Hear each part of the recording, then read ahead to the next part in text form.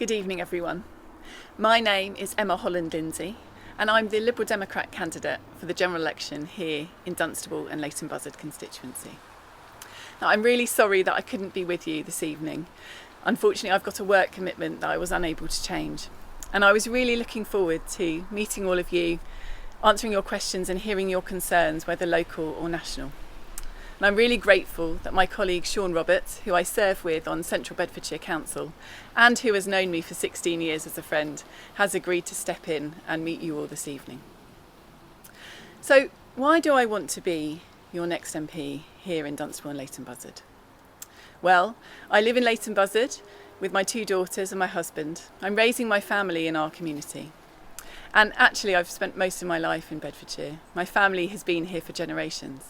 And I strongly believe that our area deserves better than what we've had recently.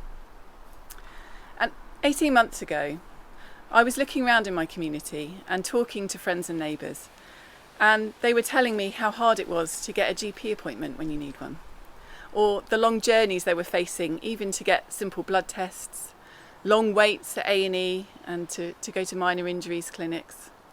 And just this feeling that our area is growing, but the infrastructure we need is not coming along with it. And many people have told me their concerns about policing, reporting crimes and not having a very good response or a complete lack of response from our local police because they simply do not have the resources they need. And I was thinking about all of this and thinking about my town and our community, and I thought that something needed to change. And so, together with some other local residents, we stepped forward to serve our community as local councillors. We stood as Liberal Democrats in Leighton Buzzard, and we ended over a decade of Conservative rule.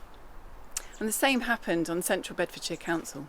Conservatives had run that council for many years, and that ended in May 2023 because of Liberal Democrats like me who stood up and said something needs to change. Our communities have been neglected for so long.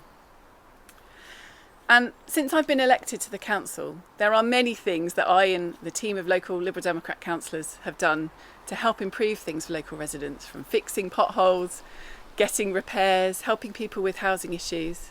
We also secured £10 million of funding for health services in this local area.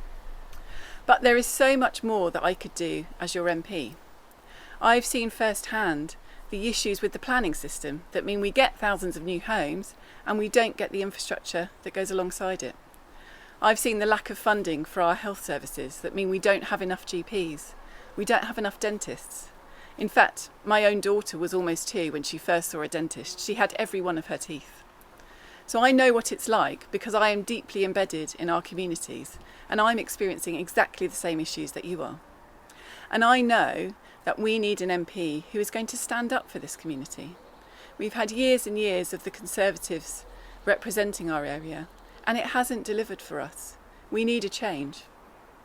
Now, in the last local elections, it was the Liberal Democrats who topped the poll in Dunstable and Leighton Buzzard constituency. And we are clear that we are the challengers here to the Conservatives. We have a real chance for change, to elect an MP who is deeply rooted in our community.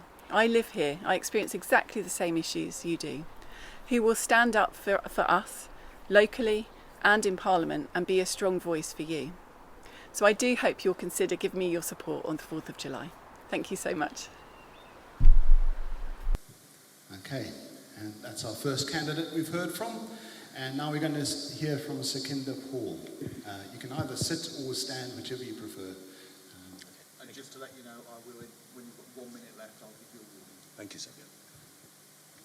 Good evening, everybody. My name is Sekinder Paul Hundal, and I'm representing the Green Party. Thank you to Nigel and Hope Central for this kind invitation to speak to you this evening. I have lived in Bedfordshire for the past 48 years. And this county, this town, has a very special place in my heart, as I have grown up here and my children have grown up here. I believe that this election is about choice and choices. The Conservative Party pretend to offer tax cuts, despite the tax burden increasing, and yet they still claim they will fund key public services. A future Labour government constantly talk about change, but for them, change merely means stability. Independent economists claim that both the Conservative and Labour parties, despite their spending pledges, will have to find money for a fiscal black hole. Growth requires public investment and cannot be achieved simply through efficiency changes. The Reform Party assume there is little price to be paid for ditching net zero, when we all know that the price, both in the short and long term, will be expensive and moreover inflict damage to our environment, country and planet. Our residents need more, much more. Our communities need support and hope. Our environment needs to be respected and passed on to future generations. We can only do this if we are honest about the challenges ahead. Years of austerity, years of economic mismanagement, and years of blatant self-interest has given us a huge mountain to climb. But if we are prepared to make bold decisions which serve the long-term interests of our residents, then we can start to repair the damage done to our public services, our social care, our schools, our children's future opportunities, and our air and water. This will require us to invest. In a green long-term industrial strategy, we will invest £40 billion a year for a green economy, 12 billion in green skills and training, 19 billion to improve public transport. In our public services, we will invest 8 billion for the NHS in the first year, 8 billion for schools, 2 billion for teachers' pay, 20 billion in adult social care. In social housing, we will build 150,000 new social houses per year and place a 3% local authority controlled rent cap. In our community, we will invest 5 billion for community sports, art and culture in 5 years by removing VAT from cultural activities. Moreover, we are the only party being honest where the enormous investment will come. A wealth tax of 1% on those who have assets of 10 million, which will only affect 1 to 2% of our population, and a wealth tax of 2% on assets of 1 billion and above. An increase in national insurance for those on 55,000 per year, which works out to be a price of a cup of coffee or 2 cups of coffee per week, and will only affect the top 15% of the population. A carbon tax coupled to windfall tax on energy companies, which will raise in the order of 150 billion. Capital gains taxes aligned with income tax rates. It is only through the Greens that we can build the country which our residents deserve, and a county in which our children will thrive. It is only through the Greens that genuine progress can be made. Thank you. Thank you, Sukhinder Paul. Andrew Salu from the Conservative Party, I'd now like to invite you to do your 5-minute introduction. Well, good evening, everyone. First of all, thank you very much to Com Church for hosting us this evening. So my name is Andrew Salu. I've lived in this area for 24 years, live about a quarter of an hour away from where we are at the moment, raised my 3 daughters here with my wife. We're now empty nesters. They've left home. I'm very proud that 2 of them work for the NHS. The NHS saved my life when I was 24. I had an emergency operation in the middle of the night. I wouldn't be here if it wasn't for the NHS. So my view is the NHS was there for me when I needed it, so I'm passionate about it always being there for everyone else when they need it. I've worked in business for a small family business that my father ran and also a big global company. And I was also very proud to serve my country as a soldier for 12 years in the Territorial Army. I also was a school governor for 20 years of my local village school where my daughter went, and I am the brother, son-in-law and father-in-law of teachers. So I think I'm the one that escaped and went into politics. So let me tell you a couple of things which I have managed to achieve or help bring about for our area while I have been here. First of all, the A5-M1 link road. That was a 15-year battle. I started lobbying Tony Blair. I went on to lobby Gordon Brown. I continued to lobby David Cameron, and eventually we got that road, a £170 million road, brilliant for Leighton Buzzard, brilliant connecting Leighton Buzzard businesses to the national motorway network. It's massively improved the air quality right outside this door and has been a huge step forward. There's a huge rebuild of our local hospital just down the road, the Leighton and Dunstable. I'm aware it's not the only one that people in this area use, but it's a very significant one. And that is on time, on budget, and will be complete by the end of this year. That's the hospital me and my family use. My youngest daughter was born there. I've been a patient admitted into A&E there. It really does matter. I'm also pleased to have liberated 4 acres of land owned by the NHS in Leighton Buzzard, which has been locked up for 35 years under councils of every political persuasion. And I've managed to get the NHS to sell that land, and that has started the process of getting extra general practice facilities, which are desperately needed in Leighton Buzzard, and that's work that I want to continue. I'm also extremely proud for the first time in a generation, Houghton Regis, which is on track to be every bit as big as Leighton Buzzard and Dunstable, and now has its own secondary school, Housestone School, and a really good school it is as well. So Houghton Regis children don't have to come to Dunstable to go to school, and nor should they have to. And I'm also proud that we have a record number of police officers here in Bedfordshire, nearly 1,500, far more than we had in 2010. But the issue is we do not have enough of them in Leighton Buzzard, in Dunstable and Houghton Regis. We are often the county with a hole in the middle because everything is rather Luton and Bedford-centric. And I have called time on that, and I will continue to call time on that. And if I'm re-elected, I believe that is a battle I can win with our very good new Chief Constable, Trevor Rodenhurst, who also lives in Bedfordshire, which is not something all of the previous ones have done. Now, the issues in our area, what do I want to do in the future? The issues, I think, are what I call growth pains. Up to 8,000 new houses being built north of Houghton Regis, 6,000 to the east of Leighton Buzzard. We need more general practice capacity, absolutely. And in our manifesto, we have a plan to build 100 new GP surgeries in areas of high housing growth and modernise 150 others. And without being immodest, I think I can claim a big part in getting that into our manifesto. Was that 1 minute warning? Or that's yes.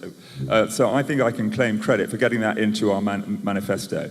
I'm passionate about apprenticeships and skills for our young people, so they don't get stuck on minimum wage. They can earn much higher wages and have really good life chances. We have a much better offer from Central Beds College, which is fantastic.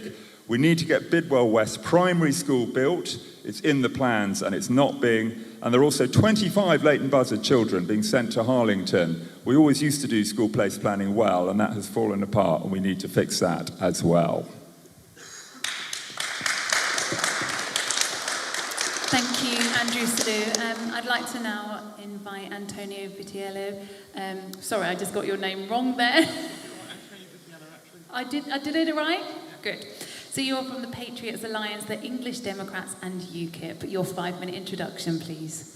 Okay, thank you very much. So, yes, as I said, I'm from English Democrats and UKIP. I'm standing on the Patriots Alliance, but I'm consider myself primarily, first and foremost, English Democrat. I've been an English Democrat for the last 5 years since the 2019 general election, and I'll tell you a bit about that in due course. But first and foremost, I want to emphasise that I'm a truly local MP candidate. I have lived in Leighton Buzzard continuously since 2013, and I previously worked at Central Bedfordshire College just down the road here in Dunstable between 2018 and 2021. My Italian grandfather was in the prisoner of war camp at Dunstable Downs, and both my grandparents' parents were brought up in Leighton, Linslade. I'm a traditional Catholic, and so I'm absolutely opposed to both abortion, assisted suicide, and all the other profane novelties, such as compulsory sex education in schools, which have plagued modern society since the 1960s. I first became active at UKIP since the EU referendum in 2016, when I joined UKIP and I was active on the streets in Leighton, Buzzard. When we had the 2017 Theresa May snap general election, we're completely unprepared for that. So following that, there was another snap general election which we were expecting. So I put myself forward to sponsor Gerard Batten's call, our then UKIP leader at the time, and I achieved UKIP parliamentary approved status in 2018. Following Nigel Farage's attempt to dismantle UKIP, however, there was no one to sign my papers to UKIP to allow me to stand. So at the 2019 general election, I reached out to Robin Tilbrook. I'd studied law at the University of Westminster, so I was already thinking along the same lines as his Brexit ultra-virus legal challenge at the High Court. And so come the snap 2019 general election, I offered Robert Tilbrook to stand for the English Democrats. He welcomed me to the party of open arms. I stood in 2019 for the Buckingham constituency, and then,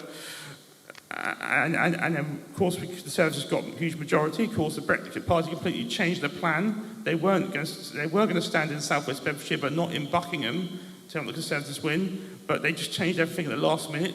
And the reform, it just shows, you can't trust reform nowadays, and that's why Andrew here got 60% of the votes. Congratulations. But anyway. So so regards to, sorry, I've lost my place. So then of course, a few months down the line, Boris Johnson brought his COVID tyranny. He implemented what I like to call the UK SSR, which is even worse than the European Union, with 17.4 million people voted to leave. It's a complete, it flies in the face of all those people who gave their lives fighting for us in the trenches of northern France and on the beaches of Normandy. And it's against the civil liberties not under the European Convention of Human Rights, which has nothing to do with the EU and the Human Rights Act 1998, but also under English constitutional law. In fact, Lord Jonathan Sumption QC, the retired, or Casey now, retired UK Supreme Court Justice, has spoke out extensively in the lecture he gave to Cambridge Law faculty. Of course, all this erosion of civil liberties, being the son of a retired police officer, led to me standing for the Police and Crime Commissioner in Bedfordshire in 2021. I spoke out extensively against this. How long have I got left? Okay, so I'm very much opposed to the UK's involvement in the war between Russia and Ukraine. I think, if anything, it's just going to get the Russians to basically provoking the Russians, and I think it's a complete waste of military resources. I think our military resources, had we not got involved, could be far better used peacekeeping in the Holy Land, which of course is important to Christians, Muslims and Jews. And I believe in the doctrine being a official Catholic of Bellius Durham, as per St. Thomas Aquinas and St. Augustine. And I am absolutely, I do not think this is a case of a just war at all with regards to Russia and Ukraine. And I think we should be peacekeeping in the Holy Land. Thank you very much.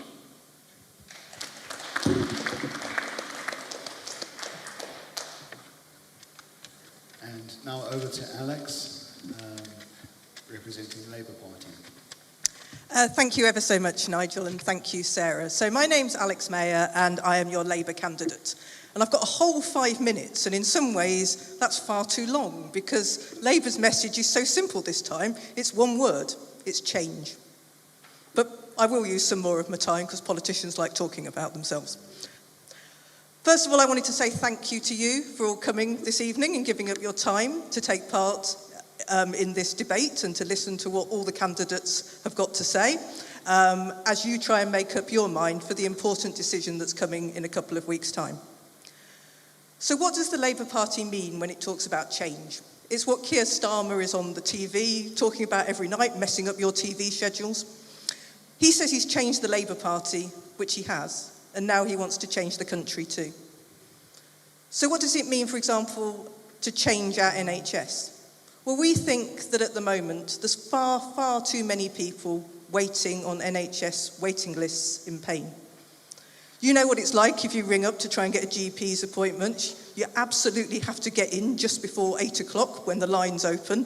And then you're waiting on hold and you're in a queue and, you're gradually getting further and further forward, hoping. We need to end that scramble for the appointment at 8 o'clock in the morning. And we need to make sure that we rebuild NHS dentistry again. If you think it's hard to get a GP's appointment, it's almost impossible to get an NHS dental appointment, particularly if you're a healthy adult living anywhere in Bedfordshire. So change has to come in steps. We've been out of power for 14 years. It's not going to happen overnight. So that's why Labour has fully costed pledges and fully costed ideas that we're going to roll out one bit at a time. For example, we want to double the number of scanners in NHS hospitals so that we can catch cases of cancer earlier. Now, something that's really close to my heart and I think we need change on is the climate. I actually think that the climate emergency is one of the biggest crises that we face here in the country and actually across the world. And we can see that in the rivers locally, where raw sewage is being dumped, and the water companies get away with it scot-free. Actually, Anglian Water had the biggest percentage increase in raw sewage in waterways across the whole country. That's something that needs to end. We can't have bosses taking bonuses when they're polluting our natural environment. And we've got to do things like make sure that dangerous pesticides aren't used in the fields and on our crops. So, I don't know who knows about bees around here, but bees really matter. Bees are so important, pollinating our crops, all the food that we eat that ends up in the supermarkets. And at the moment, year after year, the government overturns the ban that should be in place on those dangerous bee-killing pesticides called neonicotinoids, and they let farmers use those seed treatments again and again. We need to stop that and stop that right now. And on the environment and animal welfare as well, which is also something close to my heart, I believe that we should, for example, stop the badger cull and instead go for vaccination to try and make sure that we have a fairer society for our animals as well. I always think that it's a mark of a civilised society, actually, how we treat animals. And then moving on to crime. What does change mean there? It means 13,000 extra police officers nationally and PCSOs on our streets. And that's something that Labour's fully costed and is pledging to you if you vote Labour in a couple of weeks' time. When I talk to local shopkeepers, they really think that shoplifting particularly has got out of control. It's up almost 20% here locally. And shoplifting, some people I think of as a victimless crime, and it's really not. Because you know that if goods are being stolen from the shops, who's the ultimate person paying the price? It's you and it's me as the shopkeepers put up their prices in order to deal with that. If elected as your MP, I promise that I'll be a cooperative and collaborative Member of Parliament. I actually agree with some of the things that everyone's said so far on the panel, whether it's about the NHS or whether it's about the climate. And I would work with local councillors, our newly elected Police and Crime Commissioner, to try and get the best for our area. But I believe that that means voting for change, and that means voting Labour. Thank you very much. Thank you, Alex. We'd like to introduce our second video from Harry Palmer, and he's from Reform UK.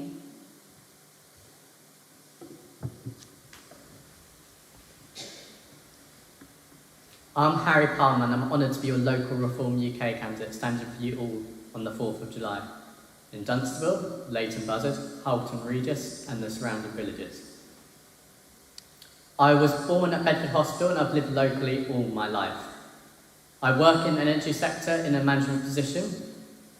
I've been actively campaigning throughout the constituency over the last 18 months. I've been listening to your local and national concerns, and thank you for the warm welcome you've been giving me. I know you're all crying out for change.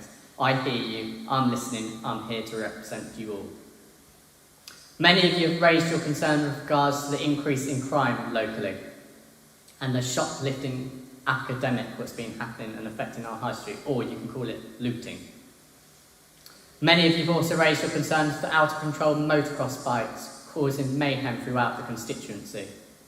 I've been discussing this with local independent councillors, and looking into more advanced technology we can utilise. For example, smart water, which can be used and then they can extract DNA from to hold the culprit accountable. As well as I've been looking at how we can get more community officers on the beat. If we were to scrap the Police and Crime Commissioner role, this could save us an estimated £1 million a year. Just think of how many community officers this could pay for. Think of all the local police stations we could possibly open back up again. Because over the last 3 years, we lost our police station in Leighton, Buzzard, Dunstable and Houghton Regis. Just think of the endless possibilities where this money could be better allocated and spent. Many of you also raised your concern with regards to immigration. We had 1.2 million people enter the UK last year alone. We had 45,000 illegal immigrants come over via boats from France. This is costing us £6 billion a year. We don't know where these people have come from, what crimes they've committed or what they're fleeing. We don't get told that and we don't know. We can't keep on going on like this. Many of us can't see a doctor or get a hospital appointment or get our kids into the schools they need to get into locally because there's a shortage. This is pure insanity and we can't keep on going on like this. We have a robust solution to this. We'll declare a national emergency. We'll leave the ECHR. Zero illegal immigrants will be resettled here in the UK. We'll have offshore processing centres. We'll pick them up and take them back to France. None of the other parties dare speak about this because they don't have a solution to it. They'll tell you we need all these people coming over here for the labour shortage. But in reality, we've got 2 million people in out-of-work benefits who want to work. We should be investing in them and giving them the training they much need. That is a pure waste of resources right there. Many of these individuals have skills and talents we desperately need. We just need to give them the help to get back into work. Many of you have talked about and mentioned our beloved NHS and the dire situation it is in. 20 years ago, we had 300,000 hospital beds. Now we have just over 140,000. Our clinical to bed ratio is dire. We have 48% clinical staff per bed and 52% admin staff. Well, there's a big issue there. We've got 1 million vacancies in the NHS. What is our solution to it? Well, Reform UK is the only path to get the NHS back on track. We'll open up nursing vacancies back to apprenticeships. We'll increase our training capacity so we can train up thousands of more doctors than we're currently able to. We'll give our NHS staff tax breaks to maintain staffing levels and try and stop those from leaving the NHS and to attract more individuals to want to work in the NHS. We'll write off student loan repayments after a couple of years if the individuals commit to work for the NHS. This will incentivise more people to take up training to be a doctor, for example, so they won't have to worry about the debts they'll inherit, because it will essentially be wiped off after a couple of years if they commit to working for us. We will also look at how the NHS money is being spent, because our funding is very much in line with other European countries, but they're not in this dire situation as we're in. They're not having to wait months and months and months for a hospital appointment or to even see a doctor. We will have a full review into this. So if you're fed up with the current political situation, then go out and vote for Reform UK on the 4th of July. Vote for Harry Palmer. It's insanity to expect the same political parties who've got us into this dire situation after the last 2 decades to get us out of it. So if you're fed up, go out and vote Harry Palmer. Vote Reform UK on the 4th of July. Thank you.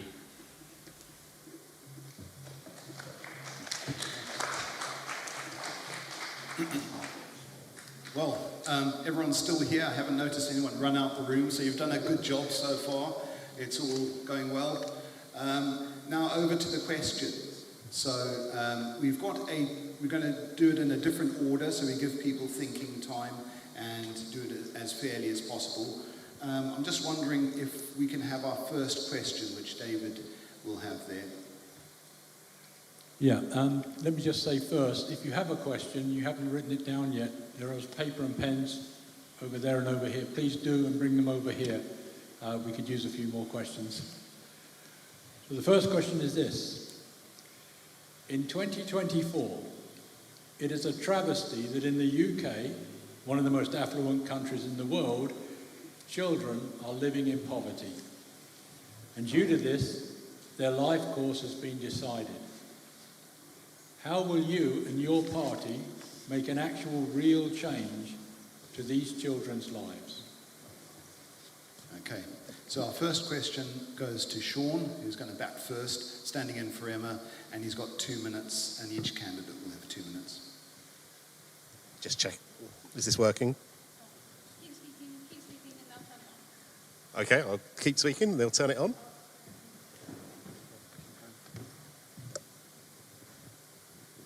This doesn't count as 2 minutes, let's say. Is that working? How about that? Excellent. Clearly I've been sitting here for too long without saying anything, so it switched itself off. Look, I was actually having this conversation with one of the people here before we started. The idea that 10 years ago we would have imagined in our country that thousands of people every week in like our area, including working people, are reliant on food banks to get by. I mean, how on earth did we get here as a country? And how on earth did we get here without actually having like a proper debate about it? It'd be one thing if we decided, you know what, we're not going to make, tackling poverty or keep getting children, giving every child a fair start in life, a chance. But we never had that conversation. It's just happened. And it is utterly shameful that a country like ours are doing this. So with the Liberal Democrats, we will get the economy going again. I mean, that is, everything has to start with that. Everything we've experienced over these last 2 years in particular, since Liz Truss became Prime Minister, supported by Andrew, has been just pain. My own mortgage has gone up by £600 a month in that period. And unless we can restore some economic stability, cut people's energy bills, tackle raising food prices, then it's going to be a struggle. But this is going to require a big change in direction. The Conservatives have been there a very, very long time now. They've allowed this problem to grow and they haven't tackled it. And we need change, and this has to be one of the major priorities for any incoming government if our country is actually to hold its head up high anywhere. Thank you.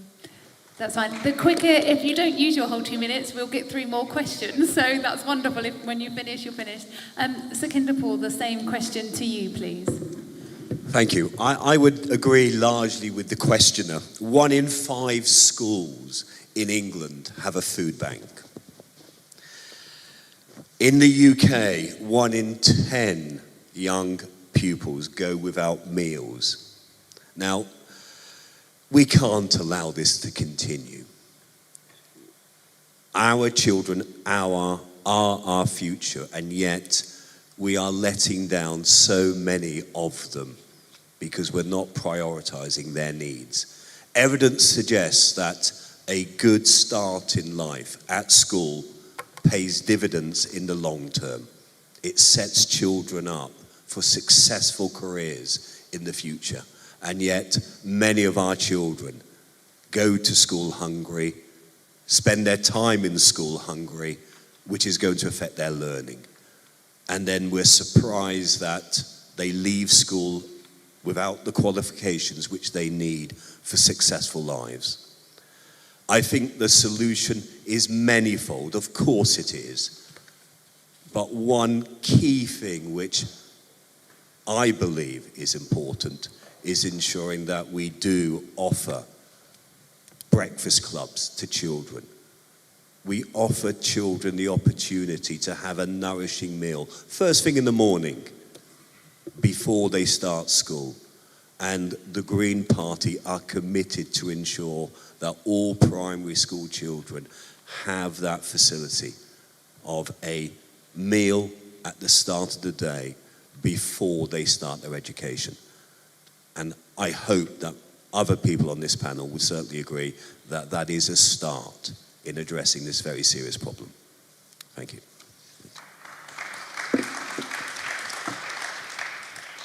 And Andrew, the same question. Thank you very much. And the way to eradicate poverty, which I think is a given amongst all of us, is to increase prosperity, to increase wealth, and to make sure that is properly shared to have inclusive economic growth. So a number of practical things that the government is doing to help families. First of all, we are well on track to delivering 30 hours of free childcare. That will be in place by September 2025. That is absolutely critical to help increase household incomes. We've also taken significant steps to make sure more families are going to get child benefit, meaning that you'll be able to claim it on a joint household income of up to 120,000 split between both parents, which hasn't been possible up to now. So that will be extra child benefit going into a lot of families. The key way to get people out of poverty, though, is to get them into work. When we came into government in 2010, when Alex's party left power, unemployment was 8%. It's now down to 4%. There are many, many fewer workless households. I appreciate that prices have gone up, which is why families have been so hard pressed, but we have now got inflation down again, and we've created 4 million more jobs over the last 14 years, 1 million more people setting up businesses. So just on the welfare bill, we spend £69 billion on working age welfare. That has gone up 2/3 since the pandemic. So the government has stepped forward to help.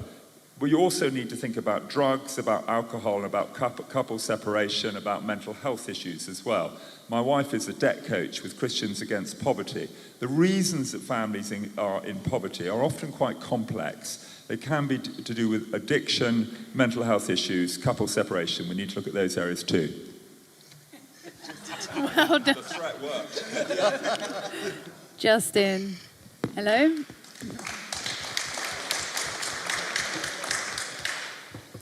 Thank you, Andrew. Well done. Just got there in. Antonio, to you, please.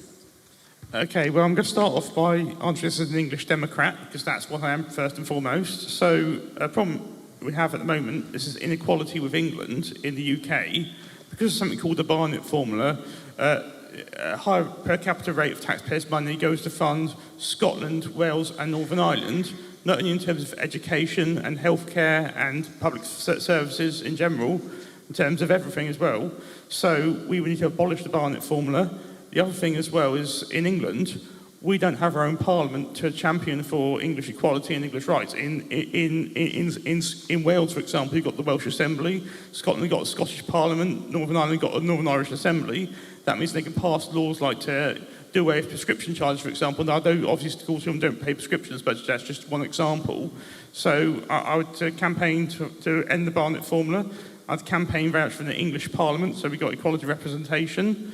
As Magna Carta says, no taxation without representation, and that leads me on to tax. If currently 12,570 is the zero tax bracket, up to 12,570 you don't pay any tax. If you're married, you can have a marriage tax allowance, but it's only a limited amount. And I actually agree with this with the Christian People's Alliance. This is me personally. Whereby if you're married, one of their policies is to allow the whole of the other spouse's tax-free allowance to be transferred rather than just a part. That would encourage families to get married, and marriage, I believe, as a traditional Catholic, is the bedrock of society. And it would also, the other thing we've got to do as well, social security tribunals, they're inundated with so many appeals and stuff, and there's new requirement for mandatory reconsideration notices and to try and, before you can go to tribunal. Now, you can actually, my legal background, I've actually managed to get over that with, in other cases. I used to work for Citizens Advice, volunteer for Citizens Advice, by the way. You can actually ask me.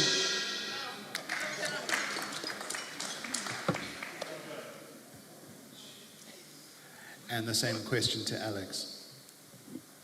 It's hard to know then is the gong got the applause or whether it was your statement, wasn't it? Yeah. As has already been said, I think everyone on the panel would agree that child poverty is something that we need to work so hard to stamp out. And obviously child poverty, well, children are poor because adults are poor. It doesn't happen by itself. So one of the key things we've got to make sure is that more adults are in work, and also that more adults are in better paid jobs. Because one of the things that's happened over the last 10 years is that more and more people have been in work, but work that isn't paying the bills. And therefore, you've got people going to food banks with children who are in work. They are working every day. They're also often on 0 hours contracts, and they can't plan between 1 week and the next. They don't know whether those hours are going to be there for them to work, and they can't plan for them, their family and their children. So we've got to make sure that we have a fairer system of work, and we've got to make sure that work pays. Now, I'm probably the only one on the panel who thinks that we do that in cooperation with the trade union movement. I don't know, we'll find out. Maybe a yes from my Lib Dem. That is something that I would absolutely advocate. My Green colleague will be pleased to know that it's in Labour's manifesto to have breakfast clubs as well. We think that that's important. We also think it's important to deliver 100,000 new nursery places. And we're going to do that by creating 3,000 new nurseries to tackle childcare deserts and to make childcare more available to families so that they can access the hours that they've been promised but that they can't necessarily get at the moment. And alongside that, we also need to train up the next generation of people to work in those nurseries, because there's no point in 5 seconds. You see, I've got an advantage here. There's no point in offering places that you can't do.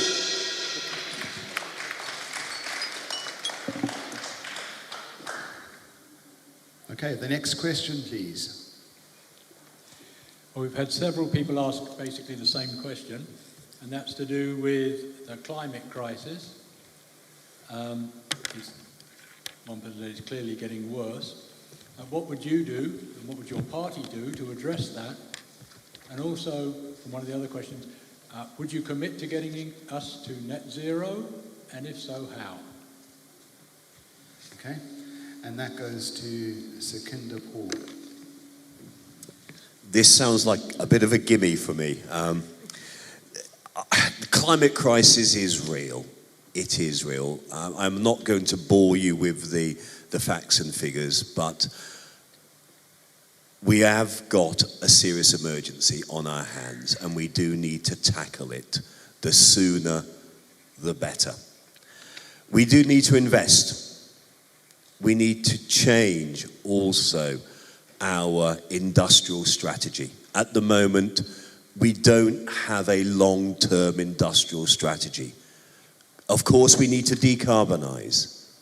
Of course, we need to get down to net zero. And we do intend to do that as Greens quicker than 2050, because the concerns are that serious. But the investment is the key. And at the moment, I am not convinced that my colleagues around this table are prepared to make that investment. We are committed to investing £40 billion a year for a green industrial strategy. That will help us to decarbonise. That will help us to increase expenditure on sustainable energy, wind, solar.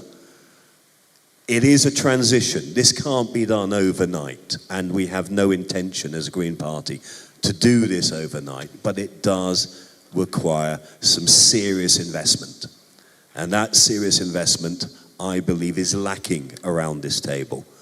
And unfortunately, we will pay the consequences in the long term, because the price of not acting early is going to be extremely great. Thank you. Antonio, to you, please. Antonio.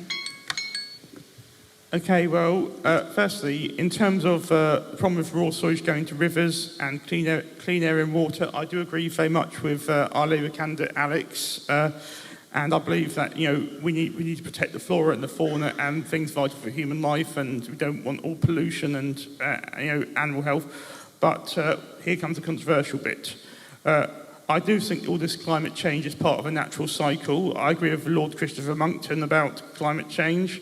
and it's an ongoing natural cycle. We're told to follow the science, follow the science, follow the science, but the science is just not real science, it's political science, and it's all people with, whatever, with PhDs, whatever, and we're told that about COVID. Follow the science, follow the science, follow the science, and there was no science to it. It's just, complete nonsense, and now you've got people which are, being harmed by these experimental vaccines with, experimental use. If you don't agree with, if this is the vote winner for you, and you don't agree with my other half of the climate change, vote for the Green candidate. At least that will get rid of the two-party system. Thank you.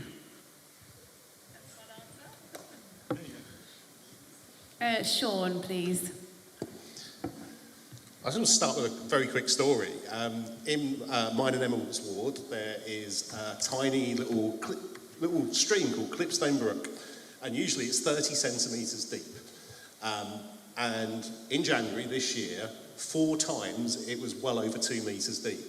And each time this water level came up like inside 12 hours and flooded one of the streets in our area. Fortunately, just below the level of the houses. But that had happened like once in 25 years, and it happened 4 times in a month. And that is like the real effect. These are the warning signs that we're getting now. And it is mind-blowing that we are not reacting to them. So, in terms of what the Liberal Democrats will do, we will take action to get to net zero by 2045. A big part of that is around helping people insulate their homes better and have cheaper energy systems, which will also help with energy bills as well, which I think is another really important thing. We will invest in renewable power, so that 90% of the UK's energy is gathered from natural resources as opposed to coal and gas, and we will get rid of a lot of the restrictions that the Conservative Party have put on progress towards renewable energy over these last few years that have really held back this country. And just finally, I would love this not to be a party political issue. This is so important. This ought to be something that actually there could be common ground on across all the parties, so this doesn't become a political football. And we actually move to a point where we as a nation together are moving towards tackling this existential problem. Thank you.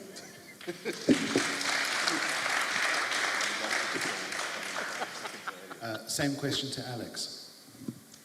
Well, the science is real, and the Labour Party's got a plan to tackle the climate emergency, although it is something that we can only do in cooperation and collaboration with international partners as well. This isn't something we can just deal with by ourselves.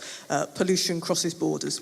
The Labour Party wants to set up Great British Energy. It will be a publicly owned company, and we have an ambition to have clean power by 2030. There are so many ways that we can tap into clean power sources from across the country, whether it's offshore wind, whether it's hydrogen, whether it's solar, heat from the ground, tidal. We have got so many different ways of capturing energy that is being created every day and putting it to use. And that also gives us energy security, which is important in these uncertain and difficult times. When Russia invaded Ukraine, immediately gas prices went up. It was felt by some of our European partners more than it was by us. But every time that there is instability on the world market, if you don't have your own clean local supplies of energy, you are under threat. I was speaking to a small business today in Leighton, Buzzard, a hairdresser. They were telling me some of the simple steps that they had taken to try and cut their energy bills and also cut their carbon emissions, things like triple glazing their windows, installing LED lighting. We need to make sure that we're retrofitting our homes. And the other side to this is that we are one of the most nature-depleted countries in the world. We have got to make sure we start rewilding some of our areas and getting more tree cover and making sure that we've got a much greater source of biodiversity across our county and our country.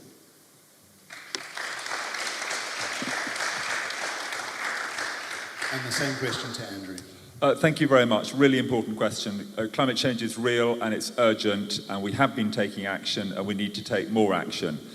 So back in 2010, only 7% of the electricity from the grid, keeping these lights on around the room, was from renewables. It's now 50%. We have made real progress.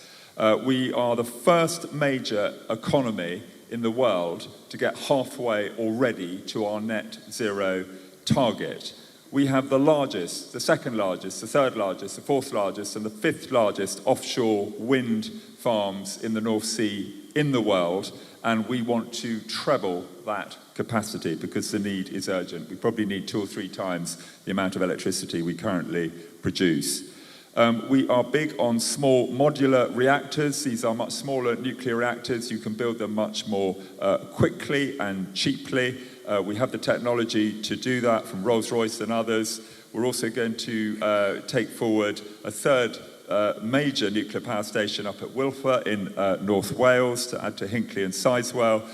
We have real expertise in the UK in hydrogen, particularly in the northwest. We can take that forward. We're also going to bring in a carbon border adjustment mechanism. That sounds technical, but it's really, really important because we should not be importing goods from other countries produced in a very carbon-intensive way without taking that into account. So carbon border adjustment mechanisms, the European Union is doing them, America's looked at them, we need to do that well, and that will also help. Insulation, really important. When we came into power, only 1 in 7 homes was Band C insulation. It's now half in England. We absolutely need to keep going with that. I'm really proud that in this constituency, we had the tallest wind turbine in England. We now have the joint most powerful one in England.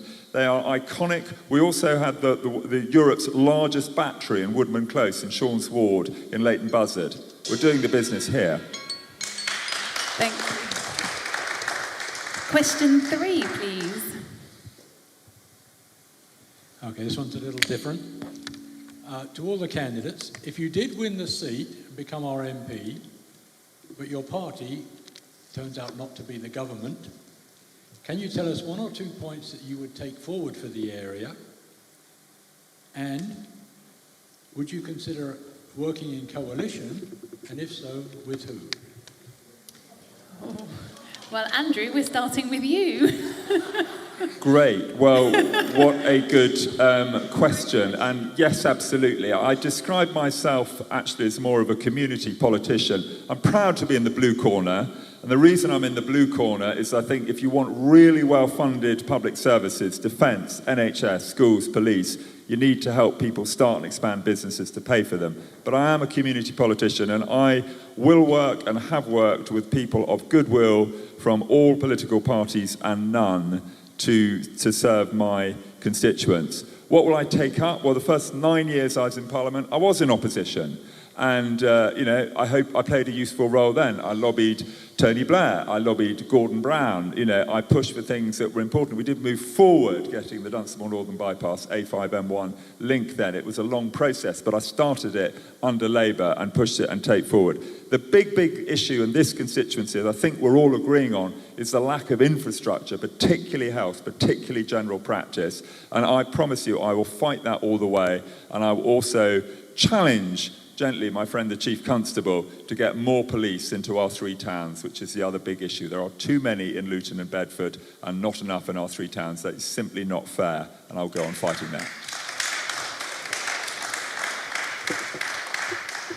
And the same question to Alex. Well, I'm hoping for a majority Labour government, but it needs people like you to vote Labour to get as many Labour MPs as possible to do that. And the truth of the reason is that actually it's very difficult to achieve very much from opposition. And that's why throughout all of my different 2 minutes, I don't have an opportunity to point to things that we've done and that we've achieved and that we've made better. Because for the last 14 years, the Labour Party hasn't been able to do that. Every Labour MP that's been in Westminster has sat there night after night after night, losing vote after vote after vote. And that means that there isn't an opportunity to change local communities and change our country the way that we would like it to be. So that is why I am desperate for a Labour government, so that we can actually start implementing things. Otherwise, all these manifestos that you launch, all the policy documents that you have, they just gather dust on the shelves because they don't change people's lives, which is what is important. In terms of working cooperatively and collaboratively with people of different political persuasions, absolutely you've got to do that as a politician. I would like to work closely with all of our different councillors to make sure that we get the best that we can for our area. I'd like to work with, doctors, with nurses, with our Chief Constable, with our Police and Crime Commissioner, though he has just gone Labour, so that's good for me, and anybody else who wants to get the best for our area. But I do believe that having a Labour Party in power again genuinely gives us the opportunity to create and bring about the change that local people are really desperate to see. Thank you. And Antonio, to you. Okay, I'm going to be brutally honest with you. My party, English Democrats, we're tendering 15 candidates this general election, which is 3 times the amount we tendered last general election, which is 5. So English Democrats not going to get an English Democrats government, but that's not a reason not to vote for us, because we need to break this two-party system. Not vote Tory, not vote Labour. That two-party system, one exists to keep the other in. While we have the two-party system, we're not going to get proportional representation, we're not going to get our views listened to. So I'd urge you to vote for, if you're not going to vote for me, vote for anybody apart from the Tories or the Labour candidate, because that means that at least we're some way towards breaking the two-party system and getting fairer representation by means of proportional representation. In terms of who we, hypothetically speaking, would form an alliance with, now, truly, only the party leaders can answer that. And as we saw at the 2010 general election, towards Lib Dem, they said that they will not form an alliance, and they did. We got the coalition between the Lib Dem and Tory. So it's too late to say, but there are no party leaders here present. So we can only speak hypothetically. But in terms of what I'd work on, if elected as an English Democrat, I'd work to abolish the Barnett formula, I'd work to get fair representation for England, which includes obviously this constituency. I'd work to across the constituency, taking views into account, and I'd be pro-life candidate. I'd work against this war in Russia and Ukraine, which is waste of military resources and just provoking the Russians, our military resources are stretched as they are. But so it was a complete mistake to get involved with Russia and Ukraine. Thank you. And Secunda. Paul, sorry. I don't think it comes as a great surprise for you to hear that it's unlikely that the Greens will form the next Parliament. And you may wonder, well, what is the point of voting for a local Green candidate here? I would argue Caroline Lucas has been in the same situation since 2010, and Caroline has been a very effective spokesperson for Green issues. In terms of the local constituency, there are a number of things which I think are really necessary in this constituency of ours. The one thing that caught my eye when I was looking at local issues was the concern that we have in Leighton Buzzard about primary health care. There are 55,000 residents in Leighton Buzzard struggling with efficient and sustainable, and I guess GPs ready for them to take up their appointments. That needs looking at. I'm very interested in developing social housing of a sustainable nature here in Leighton Buzzard. There is, and Dunstable of course, there is a very exciting project on the drawing boards about the Astral Green project of social housing coupled to wind and solar. And I think that is the way to go.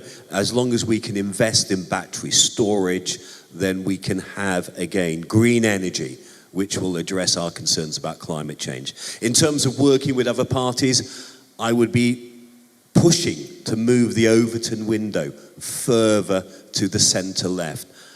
It comes as no surprise that the Labour Party are moving the Overton window centre right. They have an agenda, and that agenda is to form the next government. I think they have rejected some of their core principles, and I think it's important that we have opposition MPs, not only on the right, but also on the left, to move the Overton window back to a centre left, where people would agree.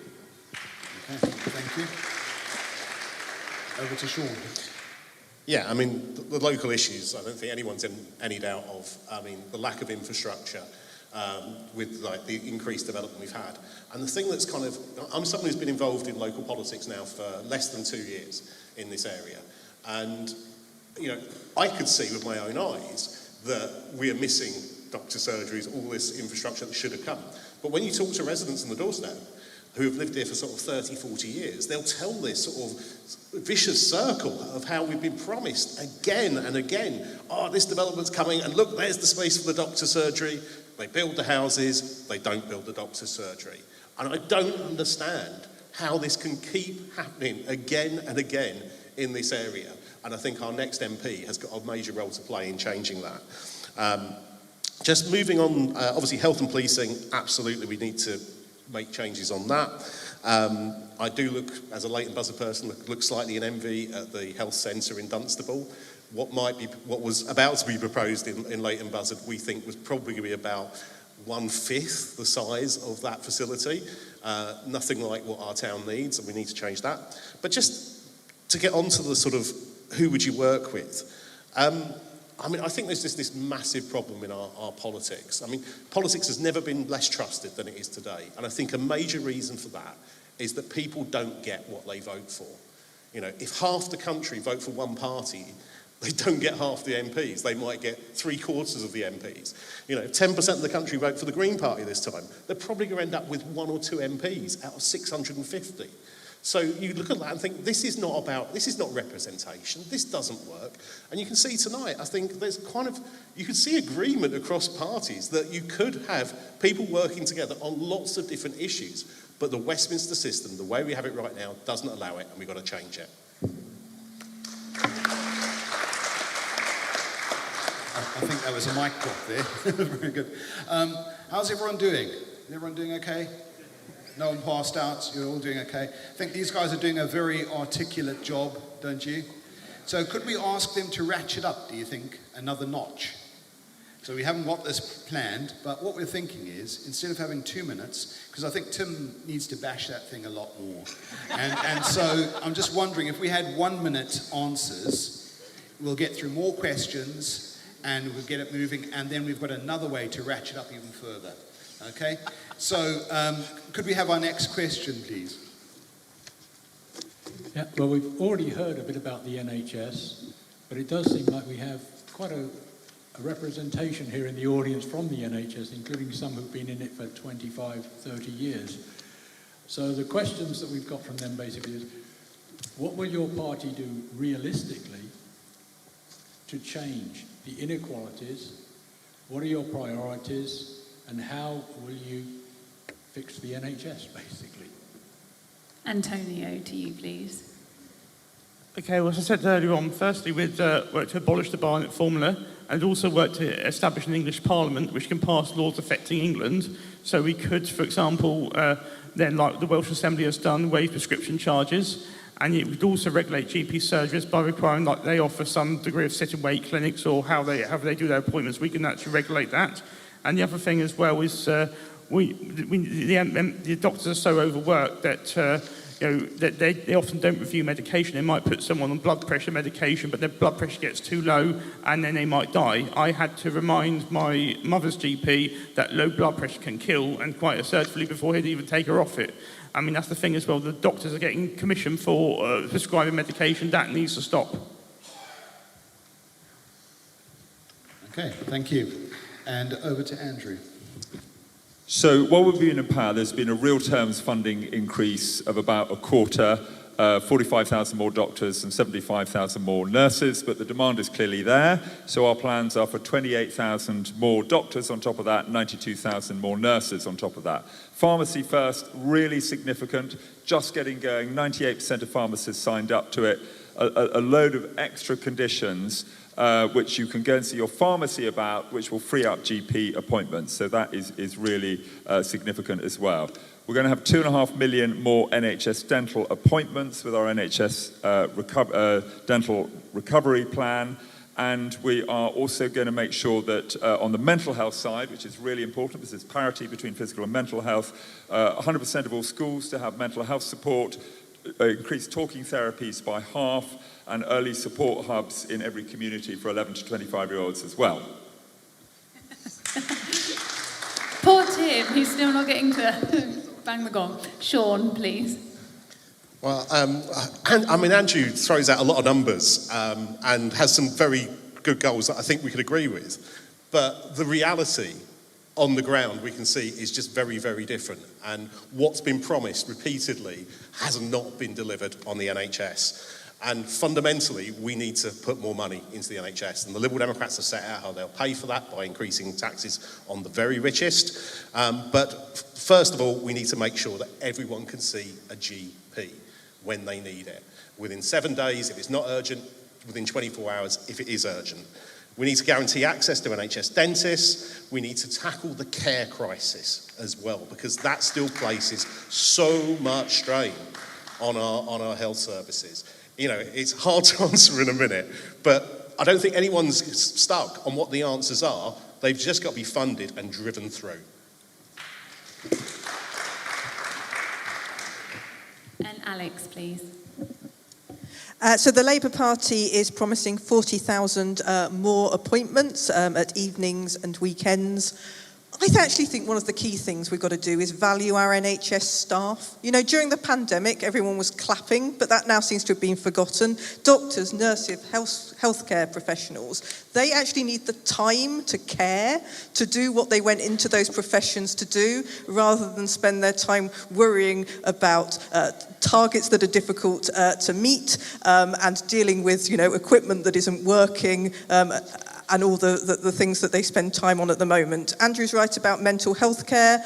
Labour is pledged to put in an extra 8,500 new mental health workers.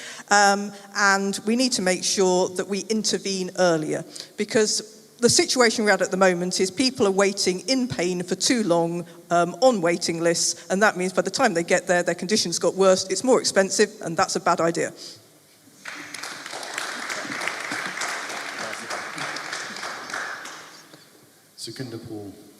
Alex was right. 4 years ago, we were at home. We were isolating from each other because of COVID. And we were clapping every Thursday for the brave nurses, doctors who were on the front lines without a vaccine looking after sick patients. Now, we do have a crisis in the NHS. The crisis is only going to get worse. We have an elderly population. Therefore, social care is an issue, but we can't deny the fact that with an elderly population, we'll have more stress on the NHS. It needs funding. We need to fund primary care, GPs at the front line. We need to fund our wonderful hospitals because we need to get the waiting list down. And we need a fair pay settlement for the doctors who put their lives and the nurses who put their lives on the line 4 years ago. Thank you, everyone, and well done. That was very good in a minute. Well done. So we're going to take one more question from here, and then we are going to let Julian loose with a roving mic. So get ready for that. Thank you, Dave. Right, well, we've avoided it so far, but it's time for the B word, I'm afraid. With polls suggesting that the majority of people now across the UK either feel that Brexit was a mistake or has been handled badly, what would you and your party do in terms of our relationship with the EU? So, Alex, we're going to start with you, please. Thank you. Well, I do believe that Brexit has made our country weaker, poorer and more isolated. But I also believe that we are where we are. And we have got to make sure that we use the next 5 years to have a much more constructive relationship with our closest partners and neighbours. And I think that starts with rebuilding trust, because I think that was really lost with our neighbours across the Channel. We need to show that we are a partner that wants to do business with them. Now, actually, Brexit has resulted in a lot of red tape. We used to be part of the world's largest single market, where when goods and people crossed borders, it was really, really simple. And today we're talking to producers and talking to manufacturers who find it more complicated than they did before. And I think it's in everyone's best interest to try and reduce that and make sure that we take pride in the fact that we are nearby to our neighbours and have a decent, constructive relationship with them again. You can take 3 seconds. Thank you so much for getting to the gong, because I was missing that. Sean? I mean, there is no doubt that we are much, much poorer because of Brexit. That lie that was on the side of the bus, £350 million an extra to a week to the NHS, never, ever happened. And the NHS has less doctors, less nurses today because of Brexit. But it's always been a conspiracy of silence around this, though. I mean, you know, it's such an important issue. And what's the biggest thing you could do to improve our economies, to start generating the wealth we're all talking about that we need to pay for the services we want? We could start improving our trade relationships with Europe again. We could look at the single market, we could look at the customs union. That's not being run by Europe, that's trading with Europe. And I think most people in this country would be much happier to see us trading with Europe again. They're right next door to us. You know, no trade deals with Australia or India is ever going to replace that. Sukhinder Paul, if you could answer, please. I would agree with exactly what the Liberal Democrat candidate has just said here. We do need to be closer to our European neighbours. We have to. A customs union seems to me the obvious first step. We have to increase our ability to trade with our nearest partners. These fantasy trade deals that we were expecting after Brexit with various big countries, America, it hasn't happened. India, it won't happen. And Australia and New Zealand, they pale into insignificance compared to what we had. So a customs union to start off with, and hopefully that will help to overcome some of the financial issues as a consequence of Brexit. Thank you. Same question for Andrew. I hate to contradict my good friend Sean, but we don't have less doctors and nurses. We have 45,000 more doctors and 75,000 more nurses in 2010. The facts may be inconvenient, but they are the facts. And actually, we're spending a lot more than 350 million on the NHS. Maybe that's not because of Brexit, but actually, if you look at the numbers, we are spending more. So just to get back to Brexit, so I voted Remain. This constituency voted quite heavily to leave. I'm a Democrat. I immediately accepted that decision. It was not my choice, but I voted faithfully to implement what this area, which voted quite heavily to leave, voted for, because I am a Democrat. We're all Democrats. We will rise or fall by how people vote. We are a very divided country. I do worry about us bringing up this whole issue again. So yes, absolutely good friends. We have the Trade and Cooperation Agreement. We have the Windsor Framework. Build on that where we can. But great advantages overseas, the Trans-Pacific Partnership, we've joined that as well. It's a very good thing for the country. And Antonio. Okay, so basically Brexit, Tories got in last general election with the pledge of getting Brexit done. And what happened afterwards, a few months later, we had COVID, had the UK SSR. But all the while, people were up in arms, either about the virus itself or about the erosion of civil liberties, as I was. And, all the time, the Tories sold us up to Brino, what Gerard Batter called Brino, Brexit in name only. The reason we haven't got not in this good position, as the Green Party candidate saying, is because we've signed, behind their back, the Tories have signed up to all kinds of agreements with the European Union, and we've got Brino. Now, the way to undo this is to repeal the Act of Union between England and Scotland, England being England and Wales, and that will break up the UK, and then that will automatically take us out of any contracts we got with the European Union, and then England has been the unified country since King Athelstan in 927 AD, and that's basically the solution. Thank you.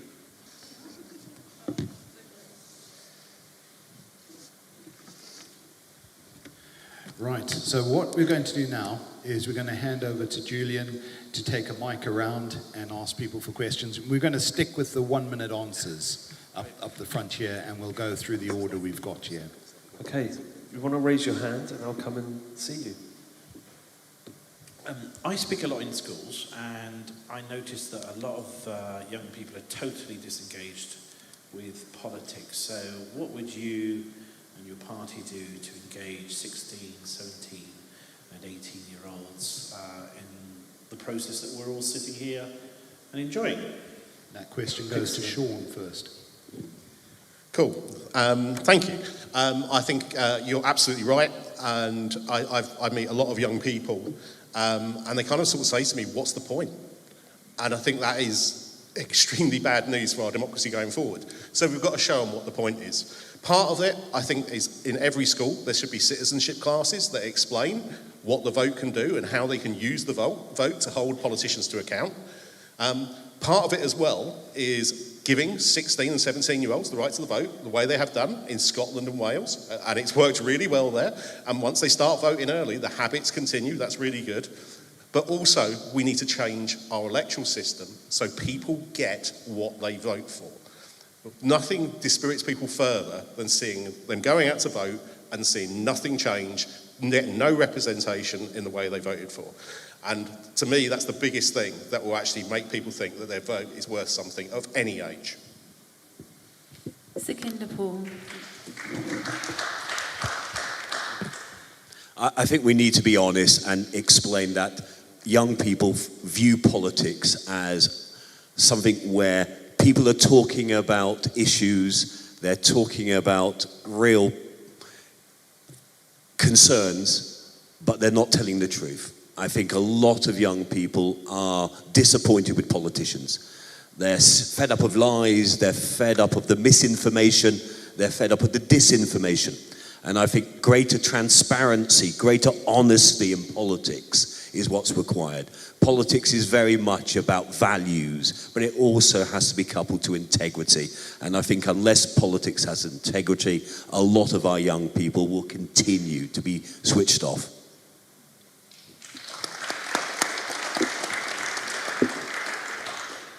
Andrew Selou.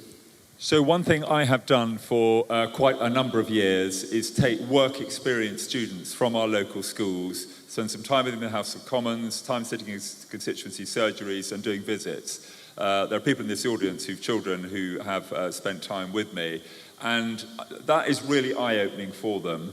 It's really good to get our local schools up to Parliament. We have a fantastic education centre there, which does really good age-appropriate visits for all levels, from primary schools upwards. So I think it is possible to engage young people. I've benefited from that. A number of people have been with me on work experience have come to help me. They've stood for political parties, sometimes for my party, sometimes against me for other parties. That's absolutely fine. So I think you can engage young people, and just really going into schools, and I know, Branko, what you do with actually going into schools to talk to school children is a shining example itself as well. Antonio, please. Okay, so I'll be doing what I actually done at the very start of my campaign. I visited local school in Dunstable. I was invited along, and when I worked at Central Beds College, I also did the similar thing. I went down to shout outside Parliament about the Brexit delay, Brexit betrayal, and that some passersby happened to film it, went on Twitter, and the students at Central Beds College actually found it, and they were hosting at me saying, Brexit, exit, outside Parliament. And of course, that started conversation in the college. And then fast forward to when I stood for the 2019 general election, word got out. Again, we did some PPE sessions about politics and with huge permission, and it wasn't one party. I was standing in a different constituency. I was standing in Buckingham then, so it wasn't biased at all, but we talked about proportional representation, we talked about politics, and I just think going forward, I do think that we do need to engage interest in law. You cannot separate law and politics. Alex. I actually think a lot of our young people are quite political. I think every time I go into a primary school, the interest in the climate emergency is overwhelming by some of the young people that I talk to. The Labour Party's policy is also to reduce the voting age to 16. I tend to agree, actually. I actually think it'd be really great if teachers sort of marched young people to a polling station just so they've done it once. Because I think you meet a lot of people when you're out knocking on doors who genuinely don't know how to vote and actually are a bit worried about going to do it because it would be embarrassing if you didn't know what to do. I'd also, by the way, make sure we had a review of the legislation whereby you have to take photo ID to vote, which absolutely disproportionately discriminates against younger people. For example, you can use your old person's bus pass, but you can't use, an NUS ID. You used up my final 4 seconds with clapping. Thank you, Alex. Okay, well, maybe in that, is there any under 25s that have a question? If you want to put your hand up first, and Julian will come to you. Oh, perfect. There you go. One of the bills lost in the wash-up was a bill to end malicious prosecution of veterans in Northern Ireland and stop many 70, 80-year-olds with dementia getting prosecuted for things they didn't do decades ago. Would you vote for that bill in the new Parliament? That's going to Sukhinder Paul first, please. I guess I would have to look at the detailing first before making the decision. It's something that I'm not briefed on, and I think at this moment in time it would be quite foolish to come up with an answer. So certainly something I would look at. I would look at the evidence, I would study the brief, and hopefully I'd come to an informed decision. Thank you. Same question to Antonio. Okay, exactly the same as the Green candidate just said. I'd also have to study the brief, look at it. I'm not too informed on it, so I would take exactly the same position as the Green candidate. And Sean. Yeah. Again, I would want to look at the details of it. But I would say one of the things that's perhaps one of the more disappointing things in our society today is how ex-service people are treated.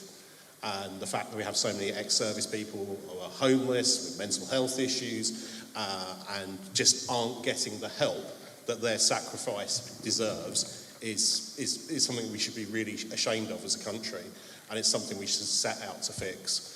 And I would say just one of the proudest things I've ever been involved in politics was the campaign for Gurkha Justice that took place about 15 years ago, where you had Gurkha veterans retiring from UK service after 25 years and being deported to Nepal at the end of their service. And we, Liberal Democrats and the Pembroke Cross Party campaign, fought a large campaign to get them citizenship rights and make sure they could stay in our country that they've served all those years.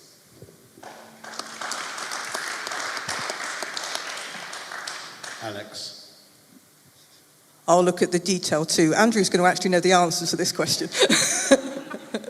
And I will when I'm your Member of Parliament. What I would do is echo what my Liberal Democrat colleague said about making sure veterans get the support that they need, particularly housing and also the mental health support that needs to go alongside that. If you've been serving our country, then we have to make sure that you get the best possible treatment after you come out of that active service, because we owe a huge debt of gratitude to everybody who chooses to serve in that way. And the same question to Andrew. So yes, I would definitely support that bill. Wash-up's a bit of a technical phrase, but what it means is that it had actually gone through pretty much all its parliamentary processes, and just because of when the election was called, it actually fell. So it had had sufficient scrutiny. And I do think it's important that we draw a line on these veterans from the Troubles a long time ago. They do deserve dignity now. There is a balance here, because I was a soldier there are other former soldiers in the room, and the British Armed Forces rightly hold themselves to very high standards. That's something that I was very proud of, and I'm sure the ex-military people in the room as well. So we want high standards. There is a place for court-martials when armed forces personnel do not behave properly. But I think the Northern Ireland legacy is a long time ago. These are elderly men, some in their 80s and 90s. Let them rest in peace.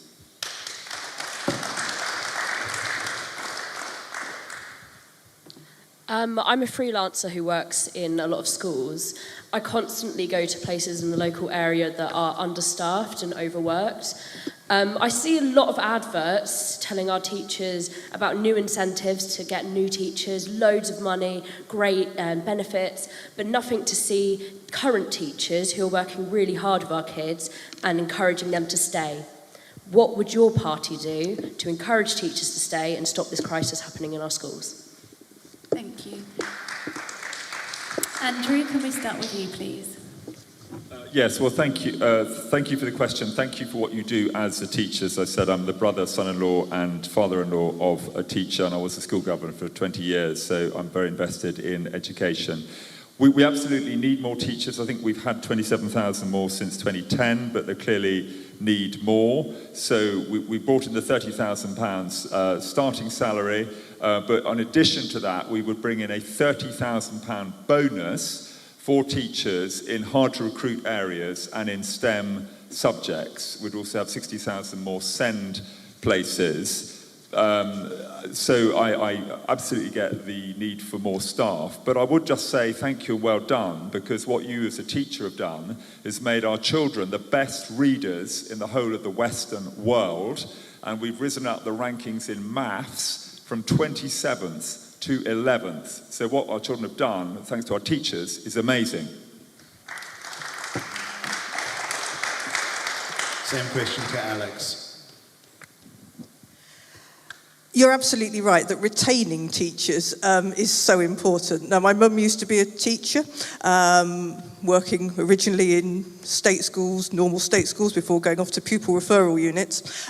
One of the things I think we've got to make sure we do is make sure that teachers are valued properly, and that includes being paid properly, and making sure that any government agrees with independent pay bodies that are suggesting what kind of salaries that you should get.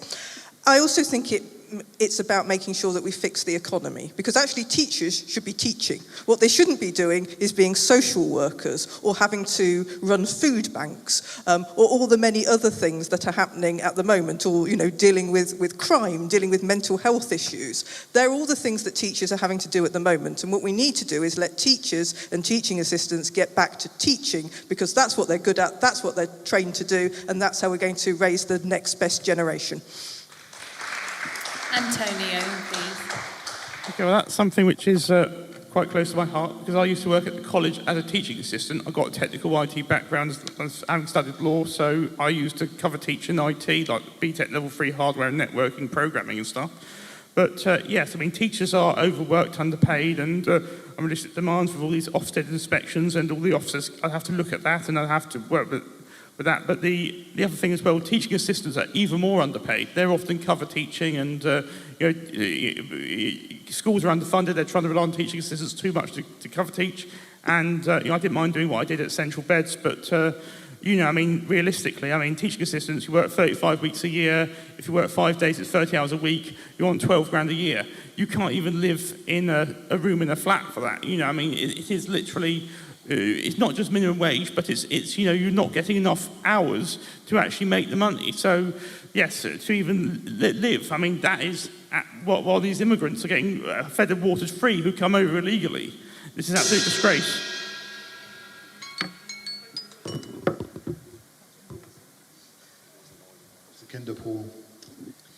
I'm also a teacher, so I know that teaching is very much a vocation, and money is certainly helpful in terms of proper pay, but I think the issues go broader than just pay.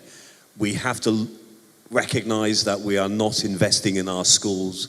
There was a report only today that stated that English councils face a £1 billion deficit when it comes to SEND education and pupils.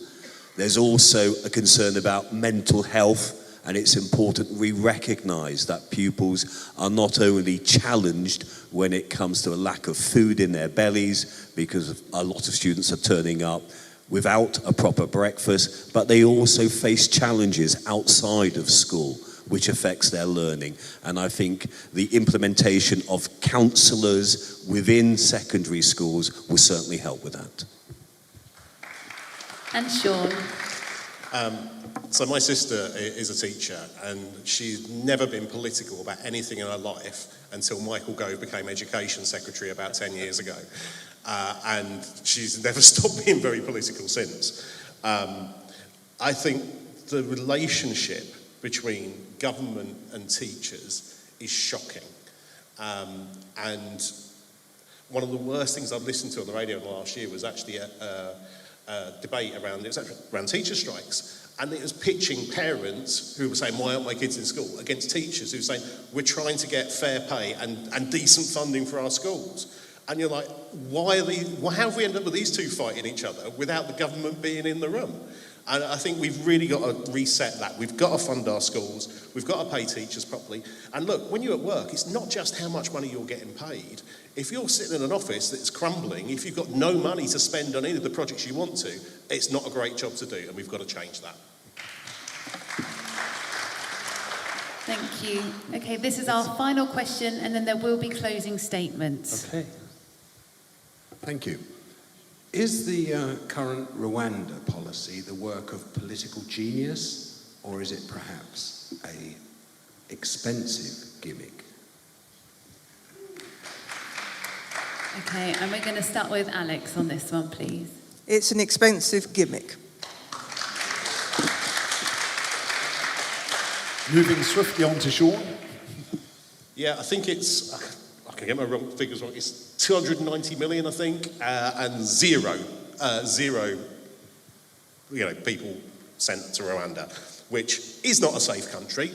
Andrew's party had to pass a law in Parliament to declare it a safe country after it was really obvious it wasn't, and which was just a complete waste of time. And all this is just to try and deter people who are taking the most dangerous journey you could possibly imagine. You think like the Rwanda bit at the end of it is going to be the scariest, scarier than trying to cross the channel in a small boat. Now, we've got to stop people crossing the channel in small boats, but this is not the way to do it. We need to actually work with the French to actually make sure that there are safe and legal routes for people to come to this country, and no one is forced into their small boats again. And this policy just needs to be chucked in a bin where it deserves.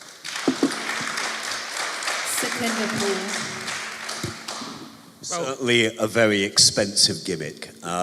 Political optics, I would call it, and yet the flights haven't taken off yet. Will they take off? Who knows? But the amount of money that we have spent, the amount of energy and airtime that this policy has been given, all for no purpose apart from shoring up an image of a Tory party which is hard on migration and migrants. We have to recognise that migration will continue to be a problem.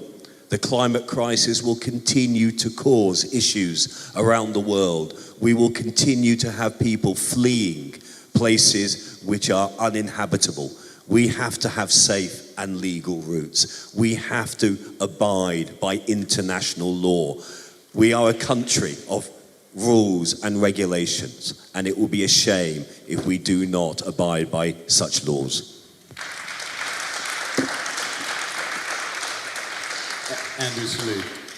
So we have taken 500,000 people through safe and legal routes from Ukraine, from Hong Kong, the British nationals overseas, and from Afghanistan. That was the right thing to do. But we do not have unlimited capacity to carry on taking people over the channel. We don't know that they're coming, and we have difficulty in accommodating.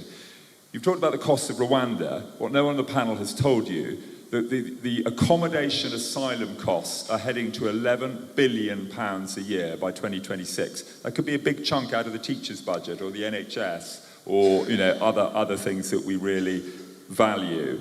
So we do need a deterrent. We want people to come here safely and legally. 240 people have died crossing the channel. And we are decimating the international development budget that would help these people stay in their own countries and build up their own countries to pay for hotels in our country. It's lunacy, and we need a workable deterrent. Antonio.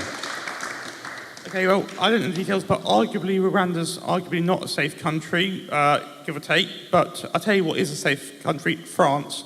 I was there last August. It's a perfectly safe country. Why can't they stay in France and not risk their lives? The Rwanda thing, it is a good deterrent. I think the way it's been implemented, outsourcing it to Serco and paying all this big money for it, that's typical of the Tory party, though. But yeah, in principle, it's a good idea. In practice, it could be implemented a lot better. But yes, these refugees, if they are, they should stay in France, or they should stay at the first safe country as per the Dublin Convention, and not risk their lives crossing the Channel. They should stay in the safe country. Thank you. Okay, they've done really well, haven't they? We've had a good evening so far. And you're all holding up okay? We're covering some huge topics. Right, so what we're going to do is some closing statements now. And we're going to start with Sean Roberts. And they're going to get 3 minutes for this. And then I've got a question for you guys after this. So thank you so much, everyone, for your questions tonight, for coming here and for the discussion we've shared this evening. I hope tonight has given you a chance to better understand both Emma and her priorities for the area. This election is our chance to get a change, and it's our chance to elect a local MP who knows the issues that people face in our area every day and will fight for you in Parliament. Emma grew up in Bedfordshire. She's raising her family here. She knows this area and is committed to standing up for us because it's her home. It's a deeply personal election to Emma. She stepped forward to serve her local community as a councillor because she feels that our area has been let down for far too long, and we deserve better. The residents that we meet every day as councillors are not asking for the world. They just want to know if they're sick, they can get a GP appointment. They want to know if they need to report a crime. The police will be there to help. They want to know that our growing area has the infrastructure to support it. Our young people want to know that they might be able to get onto the housing ladder one day. And our older residents want to know if they need care, that it's not going to take every penny they've saved in their lives. Years of a Conservative MP and a Conservative government have not delivered for our area. This is our chance to change that, and it's the Liberal Democrats are the real opposition to the Conservatives here. Real votes in real elections in our local area show that far better than any polling projections made from London. So when you go to cast your vote, I hope you'll choose to back Emma to be an MP, to be a true local champion for our area in Parliament at the election next week. Thank you. Thank you, Sean. And Sukhinder Paul, please. Thank you again to Nigel and Hope Central, and also to you on this evening. 14 years of Conservative government have left residents of our constituency poorer in real terms than they were in 2010. Years of austerity, years of economic mismanagement, our departure from the European Union and the cost of living crisis have had a huge impact on you, your families and our local public services. Despite the wonderful work of our NHS staff at the Leighton and Dunstable hospital waiting lists continue to rise. Primary healthcare facilities continue to struggle to meet the needs despite the hard work of our local GPs. Hundreds of children are unable to find local NHS dentists. Schools continue to soldier on in dilapidated buildings and a lack of subject-specific teachers. Housing continues to be unaffordable to many, whilst rents continue to rise. Household incomes continue to struggle to meet the cost of food, energy and housing. Cuts to local government, budgets continue to deprive our elderly residents of the adult social care they need and they deserve. Cuts continue to deprive families and children with childcare, continue to deprive our vulnerable children of specialist needs they require, and cuts continue to prevent us from investing in public transport, to reduce traffic and air pollution in our villages and towns. But we can change. We can change this if we are prepared to invest fully in our public services, if we are prepared to invest fully in our schools, if we are prepared to build more affordable and energy-efficient social housing, if we are prepared to create an economy in which people earn a genuine living wage, and if we have a green industrial strategy based on long-term vision rather than focusing on short-term goals. To do this, we need a genuine change. To do this, we need to be bold. To do this, you need to vote Green on July the 4th. And Andrew Selou, your closing statement. So during our time in government, this country has faced three massive generational shocks. First of all, the global financial crisis, the credit crunch. When we came in 2010, remember the note left on the Chief Secretary's desk, there is no money left. Then we had COVID, £400 billion we spent with the fastest vaccine rollout in Europe, the furlough scheme saving 14 million jobs. I've met business after business that would not be here today, employing people, putting bread on the table if it was not for that furlough scheme. And then we've been paying roughly half of people's gas and electricity bills, and massive help with the Household Support Fund and cost of living payments to help people.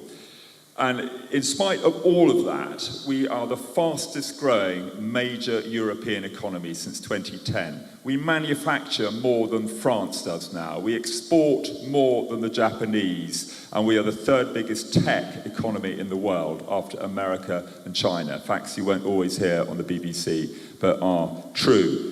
What worries me a little bit about this debate this evening is we've had a lot of proposals how to spend money, a lot of proposals how to distribute it, but we haven't had one question actually or any discussion about how we grow the economy or how we actually increase revenue to the Treasury. And I think that's just a little bit of a pity, and I'd like to redress that if I may. We need much more business investment. What we did with full expensing, it sounds very technical, but it means when businesses invest in new plant and machinery, they can write it off their tax bill. When they invest more, they're more productive, they can employ more people, they can pay them more, we get more children out of poverty. Skills training, absolutely vital. We haven't done well enough on apprenticeships. I don't want people stuck on minimum wage at £11.44. I want them earning £25, £30 an hour. How do we do that? What are the great poverty-busting institutions? There are colleges. It's a ladder of apprenticeships. I'm so passionate about this. I call it ABC, a job, a better job, and a career. And we also, again, a little technical point, but the UK now has the highest level of funding and support for research and development of any country in the OECD. Why does that matter? Because that will power us up for the great new industries of the future. And that will mean we'll have less children in poverty, more families able to pay the bills, a prosperous society. We'll be able to pay for the GP surgeries, which we are lacking. And by the way, which our manifesto has the best plans to address those lacking GP surgeries in our area. 250 new or modernised GP surgeries in areas of high housing growth. We have the highest number of police. I'm going to get them in our 3 towns.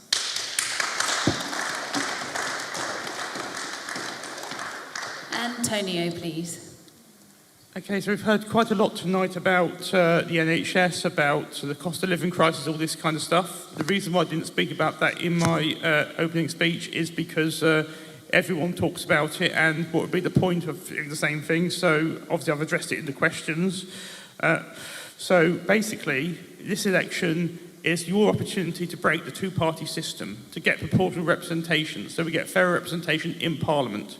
If you're not going to vote for me, if you're not going to vote for the Patriots Alliance, English Democrats, UKIP, Antonio Vitiello, then I would ask that you vote for any candidate apart from the Tory or the Labour candidate. At least that'll go some way towards breaking a two-party system. people have in their mind about tactical voting, but that's the problem, and that's the cycle that keeps it going on. But this time, what we've got at the moment is the perfect opportunity to, on the 4th of July, to break this two-party system. One thing Andrew said about the police, yes, we do need more police, but we need quality police. During COVID, it occurred to me, I studied law, my father was a police officer, how ignorant of law the police are, and how they don't even know basic things like pace, actors reas, mens rea. We need to actually teach police substantive criminal law and criminal procedure, rather than this, which they used to have many years ago. We need to educate police on this, and we need quality police, not just dictatorship police, who, of course, they're losing trust of the public, and that is a big problem. So if you want to see law and order, vote English Democrats on the 4th of July. If you're not going to vote for me, I ask you to vote for anyone apart from Tory or Labour. At least we'll break the two-party system. Thank you. And Alex. We've had 5 Conservative Prime Ministers. We've had 1 Lib Dem Deputy Prime Minister as well. It gave us austerity, it gave us instability, it gave us lies and Partygate, and then crashing the economy and the cost of living crisis. Everybody knows that bills are up and our public services are run down. That is what all of the questions have been about tonight. The state of our National Health Service, the fact that criminals are getting away with it on the streets. I began by talking about shoplifting. People just go into shops, they take the stuff off the shelves, and they think there's going to be no consequence because they've done it before and there was no consequence the first time that they did it. Because they know full well that if you steal goods that are up to a value of £200, absolutely nothing gets done. We know that people are working hard day in, day out, but they're not making enough money to get by. Not enough people are being paid the real living wage, and not enough people are getting skilled up to get those good jobs of the future. So if you care about those things and you want change, then please consider voting Labour. Now, don't take my word for it. Every single independent poll here says it's between Labour and the Conservatives in this constituency. And if you don't believe the polls, have a look at the bookies. They tend to know what they're doing. They also think it's between Labour and the Conservatives here as well. So please, when you cast your vote on the 4th of July, think about what the state that our country is in at the moment. And if you want to vote for change, vote for Labour. Thank you.